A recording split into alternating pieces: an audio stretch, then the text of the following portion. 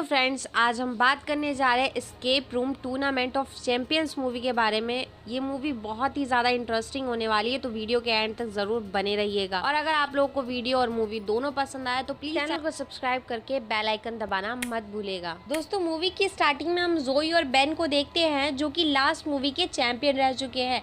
और वो यहाँ बैठकर ये प्लानिंग कर रहे थे कि जिस कंपनी ने अपने स्वार्थ के लिए उनको ट्रैप किया था और उनकी जान खतरे में डाली थी, वो किस तरीके से उस कंपनी को एक्सपोज कर सकते हैं, और इसीलिए वो न्यूयॉर्क जाने का प्लान करते हैं। फिर सीन शिफ्ट होता है और हमें 2003 का सीन दिखाया जाता है, जहाँ पे हम सारा और उसकी बेटी क्लेयर को देखते हैं, जो अपने घर पहुँचते हैं। उसके बाद सारा अपने हस्बैंड के पास पहुँचती है, जहाँ पर उनकी कन्वर्सेशन से ये चीज लग रही थी कि वो दोनों सेपरेट होने वाले, उनके रिश्ते में कुछ ठीक नहीं है। तो उसका हस्बैंड उससे ये बात कहता है कि तुम मुझे 1 घंटा दो, हम इस बारे में जरूर बात करेंगे। तो उसके बाद सारा बात लेने के लिए वॉशरूम पहुंच जाती है, और वो जब वॉशरूम में होती है तो उसे एहसास होता है कि वॉशरूम का दरवाजा बंद हो चुका है। और उसी वक्त देखते ही देखते वॉशरूम के अंदर से एक अजीब सी गैस रिलीज होने लगती है, वहाँ का टेम्परेचर बढ़ने लगता है, जिसके बाद वो समझ जाती है कि वो वहाँ पर ट्रैप की गई है। तो वो वहाँ पर रखे पत्थरों में से एक पत्थर ढूंढती है जो औरों से अलग दिख रहा था, और जब वो उस पत्थर को खोलती है तो उसके अंदर से एक मैग्नेट निकलता है, जिस मैग्नेट के थ्रू वो दरवाजे को खोलने की कोशिश करती है। और दरवाजा खोलने से पहले ही वो वहाँ पर मारी जाती है, क्योंकि उस रूम का टेम्परेचर इतना ज्यादा बढ़ चुका था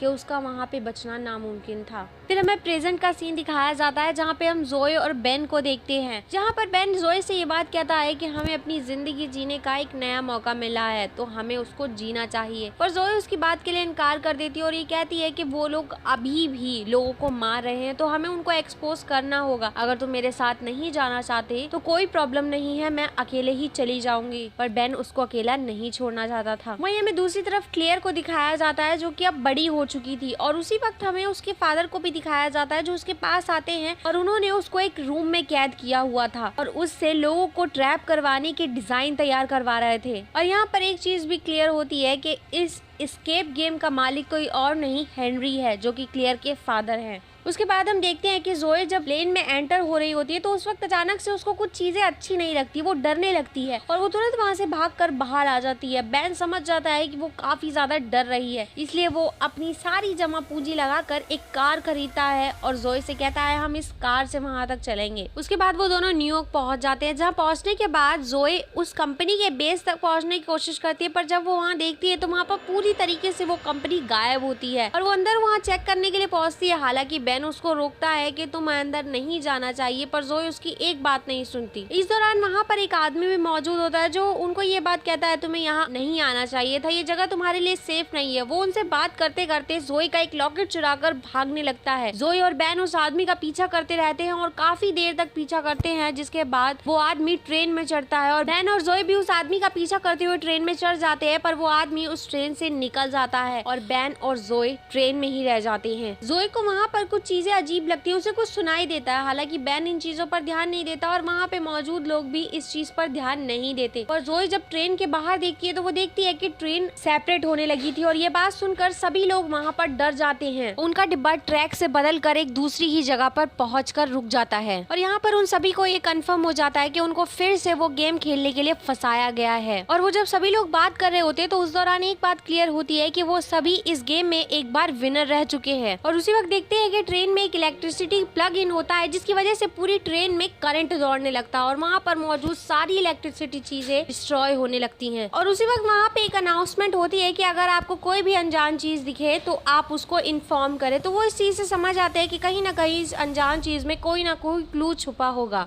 तभी उन्हें वहाँ पर एक बैग मिलता है, जिस बैग को वो चेक करते हैं तो उस बैग के अंदर से एक दरवाजे का हैंडल निकलता है। तो वो सोचते हैं कि ये हैंडल कहाँ लगाया जाए जिससे वो यहाँ से निकल सके, और वो उस दरवाजे को ढूंढने लगते हैं। उसी वक्त ब्रायना को वहाँ पर एक रास्ता मिल जाता है, और उसी वक्त थियो उस हैंडल को उठाकर दरवाजे लगाने की कोशिश करता है, तो उसे एक बहुत ही खतरनाक इलेक्ट्रिक शॉक लगता है। इसके बाद वो दरवाजा खुल जाता है और वो देखती है तो अंदर एक टोकन मशीन होती है। तो वो कहीं ना कहीं समझ जाते हैं कि ये मिस्ट्री इसी चीज से सुलझेगी। फिर बेन ट्रेन में लगी एडवर्टाइजमेंट के बारे में बताता है, जिसमें वर्ड्स मिसिंग थे। उसके बाद वो सभी मिलकर वहाँ पर टोकन ढूंढने लगते हैं, और इसी दौरान हम देखते हैं उन्हें काफी ज्यादा मुश्किलों का सामना करना पड़ता है, क्योंकि पूरी ही ट्रेन में इलेक्ट्रिक शॉक दौड़ रहा था। पर इसी दौरान दौरान हम देखते हैं कि टोकन इकट्ठा करते वक्त थियो को बहुत ही जोरदार इलेक्ट्रिक शॉक लग जाता है और उसकी वहीं पर मौत हो जाती है। पर उसके बाद वो सभी मिलकर सारी टोकन इकट्ठा कर उस टोकन मशीन में डाल देते हैं, जिसके बाद वो दरवाजा खुल जाता है और वो लोग वहाँ से निकल जाते हैं। पर यहाँ पे उनकी मुश्किलें खत्म नहीं हुई थी। इससे ये पता चलता है कि अभी तो उनकी इस गेम की शुरुआत ही थी। और इसके बाद वो एक और खतरनाक जाल में पहुंच जाते हैं जो कि एक बैंक की तरह दिख रहा होता है और वहीं उन्हें सामने एक दरवाजा दिखाई देता है और वहाँ पर एक अनाउंसमेंट होती है कि ये दरवाजा 10 मिनट में बंद हो जाएगा। पर वो लोग खुद भी जानते थे कि ये सब कुछ इतना आसान नहीं हो सकता और वहाँ मौजूद सभी लोग वहाँ की चीजों को समझने की कोशिश करते हैं। पर ब्रियाना वहाँ पर एक कदम आगे बढ़ा देती है। तभी वहाँ पर लेजर ऑन हो जाती है जिसमें ब्रियाना बहुत ही बुरी तरीके से फंस जाती है और यहाँ पर हम देखते हैं वो हल्का सा उससे टच होती है तो उसके शरीर में वो एक बहुत ही गहरा घाव दे देती है। पर नाथन उसको अपनी तरफ खींचकर बचा लेता है। तभी वो लोग देखते हैं कि वहाँ पर कुछ कैंडीज रखी होती है, उनमें से एक कैंडी में उनको की मिलती है और सामने ही लॉकर भी दिखाई देता है। तो वो समझ जाते हैं कि ये की उस लॉकर में लगाकर वहाँ से कुछ क्लू मिल सकता है। और यहाँ पर वो लोग ये चीज नोटिस करते हैं कि सभी बॉक्सेस पर यानी कि सभी लॉकर पर नंबर डले हुए थे, पर सिर्फ 2 ऐसे लॉकर थे जहाँ पर सोनिया नाम लिखा हुआ था,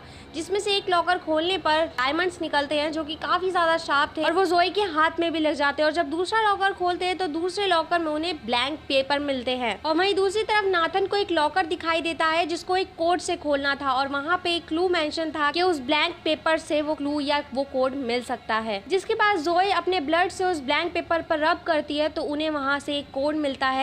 नाथन उस लॉक को खोल देता है जिसके बाद वहाँ पे मौजूद सभी क्लॉक्स के टाइम अलग अलग देशों के मुताबिक चेंज हो जाते हैं और उसे वहाँ पर एक क्लू मिलता है कि घड़ी की सुइयों को आपको स्टेप की तरह फॉलो करते हुए आगे बढ़ना है। तो जोई दीवार पर बने हुए रास्ते के हिसाब से नाथन को अपने स्टेप स्टार्ट करने के लिए बताती है और नाथन सेफ रास्ता बनाने के लिए जहाँ जहाँ स्टेप रख रहा था वहाँ पर एक कैंडी रखता हुआ जा रहा था और जब वो बीच रास्ते में पहुँचता है तो वहाँ पर देखता है कि वहाँ एक क्लू मिलता है या हम कह सकते हैं एक मैसेज मिलता है जिस पर लिखा हुआ था कि पैसा आपका रुख मोड़ सकता है। जिसके बाद ब्रियाना वहाँ पर बने एक लॉकर को घुमाने की कोशिश करती है जहाँ से उसे एक मैप मिलता है और उस मैप को जो इस दीवार पर लगे रास्ते पर लगाती है तो उन्हें बाहर निकलने का रास्ता मिल जाता है। हालांकि सभी लोग बाहर निकल जाते हैं और वो दरवाजा बंद होने ही वाला था पर जोई भी किसी तरीके से वहाँ से बाहर निकल जाती है। हालांकि वो यहाँ पर ऑलमोस्ट मरते मरते बचती है क्योंकि लेजर ऑन हो चुका था और वहाँ से बाहर निकलने के बाद उनको ऐसा लगता है कि वो डेजर्ट में पहुंच चुके हैं, पर ऐसा नहीं था। उस कमरे को ऐसा डिजाइन किया गया था जैसे कि वो डेजर्ट में हो। वहाँ पर उन्हें पहुंचने के बाद एक क्लू मिलता है कि उन्हें एक एंकर ढूंढना होगा, जिसके बाद उन्हें एक मेटल डिटेक्टर मिलता है जिसकी मदद से वो एंकर को ढूंढ लेते हैं और एंकर भी यहाँ रेत के अंदर धंसने लगता है पर वो एंकर को किसी तरीके से बाहर निकाल लेते हैं। वहीं दूसरी तरफ रेचल भी रेत के अंदर धंसने लगती है। हालांकि ब्रियाना उसे बचाने के लिए रस्सी उसकी तरफ फेंकती है पर वो इस चीज में कामयाब नहीं होती है। रेचल रेत के अंदर समा जाती है पर उसी वक्त मार्थन ये देखकर कहता है कि हम उसे ऐसे नहीं छोड़ सकते और वो रस्सी बांध कर रेत के अंदर कूद जाता है और वो किसी तरीके से रेचल को बचा भी लेता है। पर जब उसके रेत से बाहर आने की बारी होती है तो रस्सी टूट जाती है और मार्थन रेत के अंदर ही समा जाता है। जिसके बाद वो लोग एंकर की मदद से वहाँ मौजूद कमरे के अंदर पहुंच जाते हैं और खुद को बचा लेते हैं और उन्हें पता था कि ये रेत धीरे धीरे सब कुछ अंदर अपने समेट रही है। उसी वक्त जोई को सामने लाइट हाउस दिखता है जिसमें से वो देखती है कि सीढ़ियां निकल रही है। तो वो कहती है मुझे वहाँ जाकर चेक करना होगा कि क्या वहाँ से हमें कोई रास्ता मिल सकता है। और इधर वो कमरा भी अब रेत के अंदर धंसने लगा था, इसलिए वो समझ चुके थे अब उन्हें जो भी करना है बहुत ही जल्दी करना होगा। इधर जोई भी लाइट हाउस पर पहुंच जाती है और वहीं दूसरी तरफ फ्रिज खोलने के लिए सीप लेने के लिए बैन रेत में कूद जाता है और किसी तरीके से लेकर पहुंचता है। तो वहाँ फ्रिज खोलने के बाद भी उन्हें वहाँ पर एक रास्ता मिलता है और वहीं जोई भी ये चिल्ला रही होती है कि यहाँ पर एक रास्ता है और यहाँ पर बेन जोई पर भरोसा करने के लिए कहता है। तो रेचल और बेन तो उसकी तरफ बढ़ने लगते हैं पर यहाँ ब्रियाना काफी ज्यादा कंफ्यूज होती है। हालांकि बेन उसको काफी आवाजें लगाता है पर वो उसकी एक नहीं सुनती और फ्रीज के रास्ते से जाने का फैसला लेती है। और जब बेन लाइट हाउस की तरफ बढ़ रहा होता है तो उस वक्त वहाँ स्टेयर्स अंदर जाने लगती हैं जिसकी वजह से बेन रेत में गिर जाता है और रेत में समा जाता है। और बेन की ये कंडीशन देखने के बाद जोई को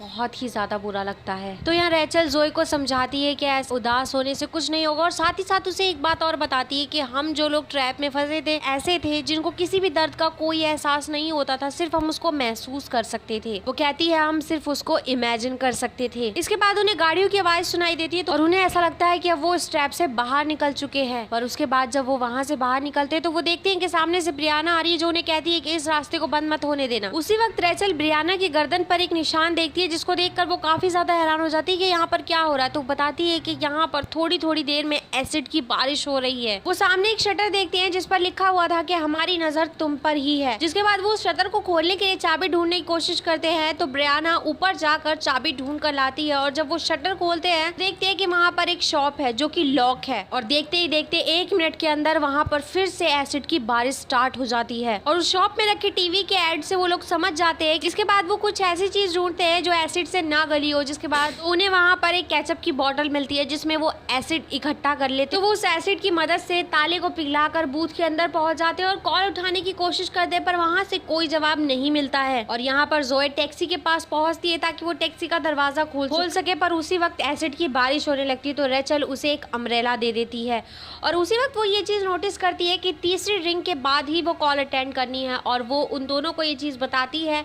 तो तीसरी रिंग के बाद जब वो कॉल उठाते हैं तो टैक्सी का दरवाजा खुल जाता है। जोए टैक्सी के अंदर चली जाती है पर टैक्सी का दरवाजा बंद होने की वजह से वो दोनों बाहर ही रह जाते हैं और उनके पास अब जाने के लिए कोई भी रास्ता नहीं था, इसलिए वो दोनों वहाँ पर गिव अप कर देते हैं और वो दोनों एसिड से खत्म हो जाते हैं। वहीं हम दूसरी तरफ देखते हैं कि हेनरी की टीम इस पूरे गेम को रिकॉर्ड कर रही थी और देख रही थी और जब जोए की आंख खुलती है तो वो पाती है कि उसके सामने क्लेयर है जो कि एक रूम में कैद है। हालांकि वो क्लेयर को अपने सामने देखकर उसके आसपास वो चीजें देखकर जो ट्रैप में थी वो समझ जाती है कि ये सब कुछ इसी ने किया है। तो वो उस पर काफी गुस्सा होती है और ये कहती है मैंने तुम्हारी वजह से बेन को खो दिया है, पर वो उसे समझाती है और ये कहती है बेन जिंदा है और उसे दिखाती है कि मैंने उसे एक अलग जगह पर सेफ पहुंचा दिया है। तो वो लोग कंप्यूटर में देखते हैं कि बेन के कमरे में हेनरी के आदमी पहुंच जाते हैं और उसे वहां से पकड़कर उसी जगह पर ले जाते हैं जहां पर सोनिया का मर्डर हुआ था और उसको भी उसी जगह पर कैद कर देते हैं। तो जोए क्लेयर को ये कहती है कि बेन को जल्दी से बचाओ, पर वो कहती है कि ये सब कुछ मेरे डैड के कंट्रोल रूम से हो सकता है, यहाँ से कुछ भी पॉसिबल नहीं है और यह काम सिर्फ मैं कर सकती हूँ, पर मुझे यहाँ से निकलने के लिए तुम्हारी मदद की जरूरत है। जिसके बाद जोए सामने लगे बोर्ड से पजल सुलझाकर क्लेयर को उस रूम से बाहर निकाल लेती है। जिसके बाद वहाँ पर उसका फादर यानी कि हेनरी पहुंच जाता है जो क्लेयर के गार्ड को गोली मार देता है। हालांकि यहाँ पे क्लेयर का गार्ड भी उसे इतनी आसानी से छोड़ने वाला नहीं था, इसलिए वो भी हेनरी को गोली मार देता है। तो क्लेयर उसको धक्का दे देती है और उसी रूम में कैद कर देती है जिस रूम में वो खुद थी और उसके बाद वो वहाँ पहुंचती है यानी कि अपने फादर के कंट्रोल रूम में पहुंचती है जहाँ से वो बेन की जान बचा लेती है और जोए को वहाँ अपने फादर की गाड़ी देती है और कहती है जाओ तुम उसके पास चली जाओ। और जोए बेन के पास पहुंचती है जिसकी कंडीशन बहुत ही ज्यादा खराब थी और बेन उसको उसकी वॉच वापस करता है और उसको कहता है कि वहाँ पर कोई इंसान मेरा इंतजार कर रहा था और ये देखकर उसने कहा है कि मैं जोए को ये वापस कर दूं और उससे माफी मांग लूं। जिसके बाद क्लेयर अपने फादर के पास पहुंचती है और यहाँ पहुंचने के बाद हमें पता चलता है कि माँ यानी कि सोनिया को किसी और ने नहीं क्लेयर ने खुद मारा था और इसलिए मारा था क्योंकि उसे ऐसा लगता था कि उसकी माँ उससे प्यार नहीं करती और इस वक्त वो अपने फादर से भी काफी ज्यादा नाराज थी और उनको उसी लॉकर में यानी कि उसी कमरे में कैद कर देती है जिस कमरे में वो खुद इतने सालों से कैद थी। और दोस्तों इसी के साथ ये मूवी यहाँ खत्म हो जाती है। अगर आप लोग को ये मूवी एक्सप्लेनेशन पसंद आया तो प्लीज चैनल को सब्सक्राइब करके बेल आइकन दबाना मत भूलिएगा and thanks for coming and watching.